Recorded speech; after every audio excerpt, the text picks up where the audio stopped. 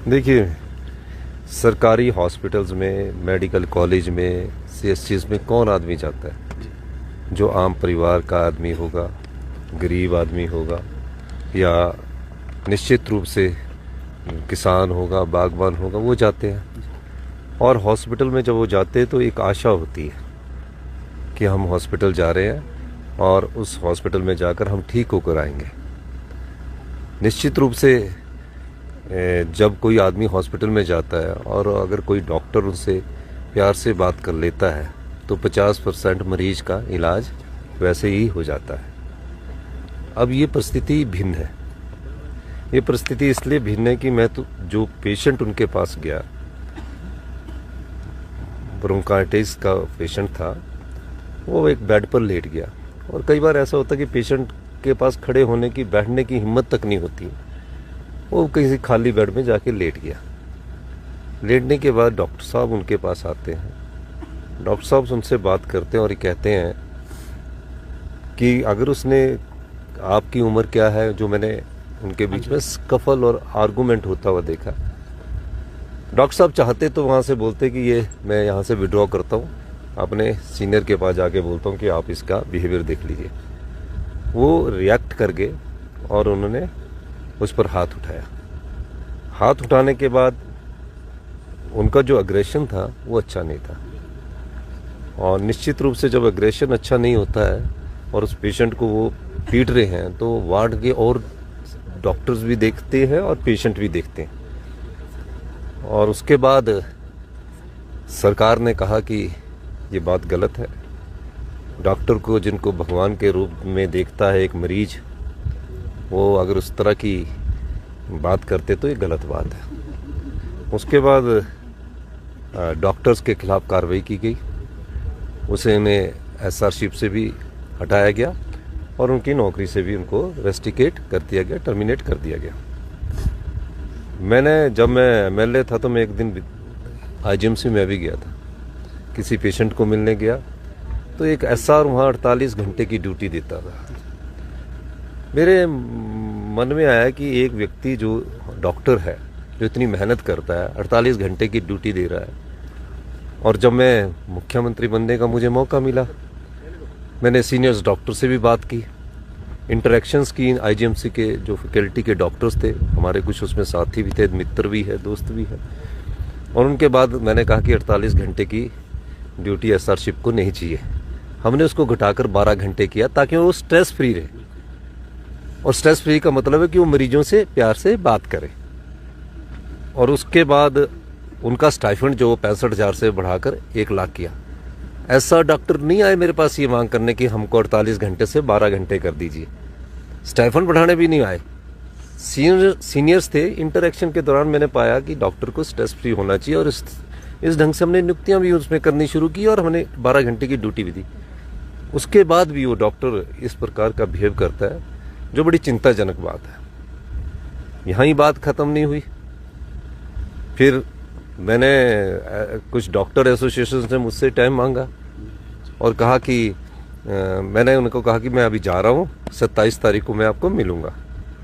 27 तारीख के शाम को मैं 5 बजे आपको समय दूंगा या 28 तारीख को दूंगा। नहीं, हमें तो अभी मिलना है। फिर मैंने उन्हें संदेश दिया कि मैं अभी नहीं मिल सकता। फिर मेरे कुछ आईजीएमसी के जो सीनियर्स डॉक्टर, उन्होंने मुझसे अनुरोध किया कि आप इनसे एक बार मिल लो। वो मेरे पास आए सर। मैंने उनको बोला कि जो क्लिपिंग आपने दी है और जो आपने लिख के दिया, मैं उसको री इंक्वायर करवाऊंगा। जब मैंने उनको री इंक्वायर की बात कह दी तो उसके बाद स्ट्राइक पर जाने का क्या औचित्य था? उसके बाद स्ट्राइक का जाने का औचित्य नहीं था। अब मुख्यमंत्री जी आपसे कह रहे हैं, मैं चाहता तो मैं बोलता कि आप हेल्थ मिनिस्टर से जाके मिलिए। मैं चाहता तो सेक्रेटरी हेल्थ से भी जाके मिलिए। मैंने क्यों कहा? मैंने बोला ये डॉक्टर भी मेरे परिवार के सदस्य हैं, मैं इनसे मिल लेता हूँ, उनको समझाता हूँ।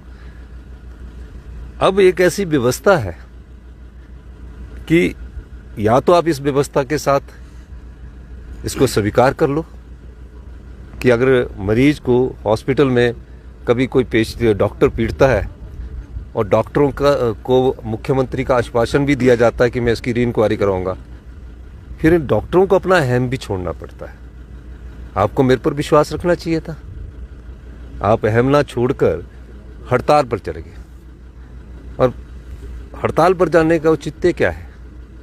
मुख्यमंत्री ने आपको कहा है तो उसका उनके मन में किसी डॉक्टर के करियर को बर्बाद करना नहीं है उद्देश्य। वो भी मेरे परिवार के लोग हैं, वो हमारे परिवार के लोग हैं। लेकिन क्या आप जब मुख्यमंत्री जी की ही बात नहीं सुनना चाहते और आप हड़ताल पर ही रहना चाहते तो क्या कर सकते हैं? उसमें कुछ कर सकते हैं। और पूरे प्रदेश में मैं उन डॉक्टरों का धन्यवाद करना चाहता हूं कि टांडा के एक डॉक्टर एसोसिएशन, उन्होंने बहुत अच्छा कहा कि हमारे डॉक्टर ने गलती की है। अब अगर गलती ये बार बार हॉस्पिटल्स में होती रही तो मरीज तो बेचारा कोई आएगा नहीं। पैसे वाले मरीज तो बड़े बड़े हॉस्पिटलों में चले जाते हैं, जिनके पास पैसा होता है वो तो बड़े हॉस्पिटलों में जाते हैं। आम आदमी आता ना, तो थोड़ा डॉक्टरों को समझना चाहिए। और निश्चित रूप से उन्हें अपना अहम यंग है, पढ़ रहे हैं, उनको उसको त्यागना पड़ेगा। और मैं एक कह देना चाहता हूँ, हमारे लिए डॉक्टर हमारे परिवार के सदस्य है और जो मरीज है वो भी हमारे परिवार के सदस्य है। अगर वो चाहते हैं कि आगे कुछ बातचीत हो तो कल वो सारे डॉक्टरों से मेरा अनुरोध रहेगा। मैं आपका परिवार के मुखिया होने के नाते ये बोलना चाहता हूँ कि आप कल से अपनी स्ट्राइक कॉल ऑफ करें और ज्वाइन करें। और मैं ये भी कहना चाहता हूँ कि मैं आईजीएमसी के सीनियर डॉक्टर्स को बुलाऊंगा, उनसे चर्चा करूंगा और जिस इंक्वायरी पर उनको सस्पेंशन हुआ, दो प्रकार से उनका, एक एसआरशिप से उनका निकाला गया और एक उनको नौकरी से निकाला गया। सरकार की कई प्रकार से रिव्यू होती है, इसमें कोई ऐसा नहीं होता। एक बार महसूस करता है, डॉक्टर भी महसूस करता है, सजा मिलती है, दुख होता है, उसके बाद आगे बढ़ा जाता है। ये नहीं है कि किसी चीज में रिजिड ही रहना होता है। तो इस दृष्टिकोण से उन्हें पहले स्ट्राइक कॉल ऑफ करें। और मैं और डॉक्टरों से भी कहना चाहता हूँ कि आप अपने ध्यान दीजिए, आपकी प्रोटेक्शन का दायित्व भी मेरा है। जो लोग उन्हें थ्रेट करते हैं डॉक्टर्स को, जो लोग उन्हें डराते हैं, उनको सुरक्षा देना मेरा दायित्व बनता है। वो भी मेरे परिवार के सदस्य हैं। तो इसलिए मेरा ये अनुरोध रहेगा कि आप घबराइए मत। डॉक्टरों के साथ सरकार किसी एक व्यक्ति के साथ नहीं होती है। सरकार हिमाचल प्रदेश की 75 लाख जनता के साथ है। पर जब गलत होता है तो सरकार का ये दायित्व बनता है कि गलत को गलत नहीं कहना चाहिए। आज वो गलती के लिए स्ट्राइक कर रहे हैं। वो पेशेंट उस डॉक्टर का भाई होता तो क्या डॉक्टर स्ट्राइक करते? कोई ना कोई, हम सब लोग एक दूसरे से जुड़े हुए, छोटा सा प्रदेश है। अहम छोड़िए, कल से आप अपने हॉस्पिटल में जाइए और उसके बाद मैं सीनियर जो डॉक्टर्स हैं, आपके प्रोफेसर्स हैं, उनसे मैं बातचीत करूंगा और किस प्रकार समाधान किया जाता है वो समाधान निकालने की हम कोशिश करेंगे।